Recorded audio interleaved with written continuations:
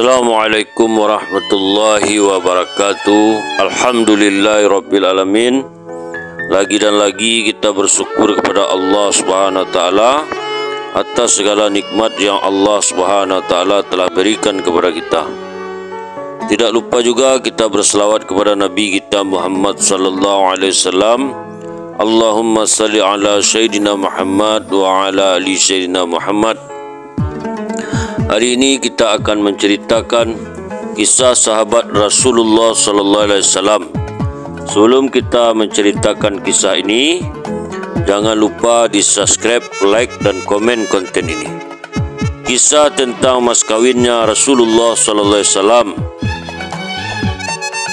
Imam Ibnu Sa'id meriwayatkan dari Aisyah radhiyallahu anha, mas kawin Rasulullah SAW adalah 12 uqiyah dan 1 nas atau setengah uqiyah, maka jumlah semuanya itu adalah 500 dirham.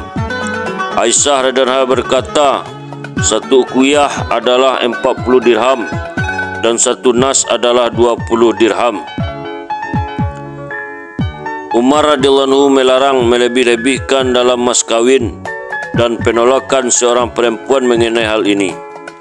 Imam Sa'id bin Mansur dan Imam Abu Ya'la serta Imam Muhammili meriwayatkan dari Masruq, Umar radhiyallahu anhu naik ke atas mimbar kemudian berkata, aku tidak mengetahui ada orang yang melebihi mas kawinnya dan 400 dirham. Sesungguhnya Rasulullah SAW dan para sahabatnya hanya memberikan mahar 400 dirham dan tidak kurang dari itu. Dan seandainya mereka melebihi mahar itu, maka itu adalah kedermawanannya. Seorang wanita Quraisy menolaknya. Dia berkata, wahai Amirul Mukminin, engkau telah melarang manusia menambah mas kawin untuk perempuan mereka lebih dari 400 dirham. Umar radhiyallahu anhu menjawab, benar. Wanita itu berkata lagi, tidakkah engkau mendengar di dalam Al-Quran bahwa Allah Subhanahu wa taala berfirman, wa ataitum ihdahunna qintara, sedang kamu telah memberikan kepada seseorang di antara mereka harta yang banyak. Quran surah An-Nisa ayat 20. Kemudian Umar radhiyallahu anhu berkata, ya Allah, ampunilah saya, orang lain lebih faham daripada Umar. Kemudian Umar pulang naik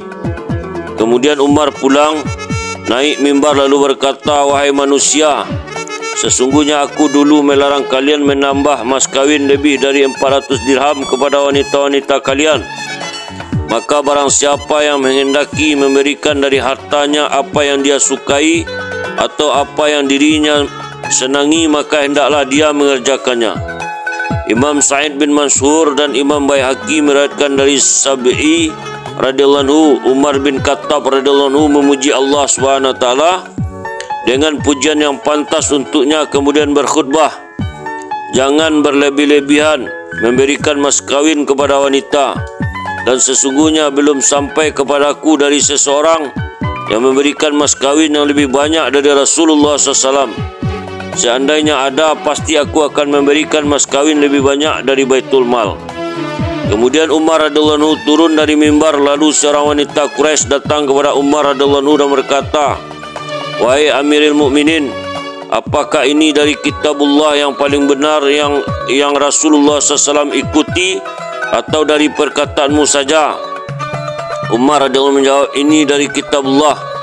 Wanita tadi berkata, engkau telah melarang manusia dari melebihkan mas kawin kepada wanita, sedangkan Allah Subhanahu wa taala berfirman dalam kitabnya, wa ataitum ihdahunna qintaran fala ta'khudhu minhu syai'a, sedang kamu telah memberikan kepada seseorang di antara mereka harta yang banyak, maka janganlah kamu mengambil kembali darinya barang sedikit pun. Quran surah An-Nisa ayat 20. Kemudian Umar radhiyallahu anhu berkata, orang-orang lebih paham dari Umar hingga 2 kali atau 3 kali. Kemudian Umar naik mimbar dan berkata kepada khalayak ramai, sesungguhnya aku dulu melarang kalian melebihkan dalam memberi mas kawin kepada wanita, maka sekarang lakukan saja.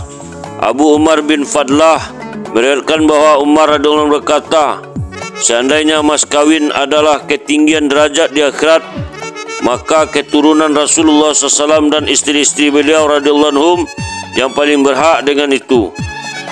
Perbuatan Umar dan Utsman serta Ibnu Umar dan Hasan bin Ali dalam perkara mas kawin. Ibnu Abi Saibah meriwayatkan dari Ibnu Sirin bahwa Umar radhiyallahu anhu telah memberikan mas kawinnya kepada seorang wanita sebesar 2.000 dirham dan Utsman radhiyallahu anhu memberikan 4.000 dirham. Ibnu Abi Saibah meriwayatkan dari Nafid, Ibnu Umar menikah dengan Safiyah radhiyallahu anha dengan mas kawin 400 dirham. Kemudian Safiyah radhiyallahu anha menyuruh seseorang kepada Ibnu Umar untuk mengatakan, sesungguhnya ini tidak cukup bagi kami. Kemudian Ibnu Umar menambahnya 200 dirham secara diam-diam dari Umar radhiyallahu anhu. Imam Tabrani meriwayatkan dari Ibnu Sirin radhiyallahu anhu, Hasan bin Ali radhiyallahu anhu ketika menikahi seorang wanita, dia mengirim kepada wanita itu dengan 100 budak perempuan yang pada setiap budak perempuan itu membawa 1.000 dirham. Alhamdulillah, itulah kisah-kisah tentang mas kawin Rasulullah sallallahu alaihi wasallam. Semoga menjadi pelajaran berharga bagi kita. Tutup dengan doa, subhanallah wa bihamdihi, subhanallah wa bihamdika, asyhadu an la ilaha illa anta, astaghfiruka wa atubu ilaik. Assalamualaikum warahmatullahi wabarakatuh.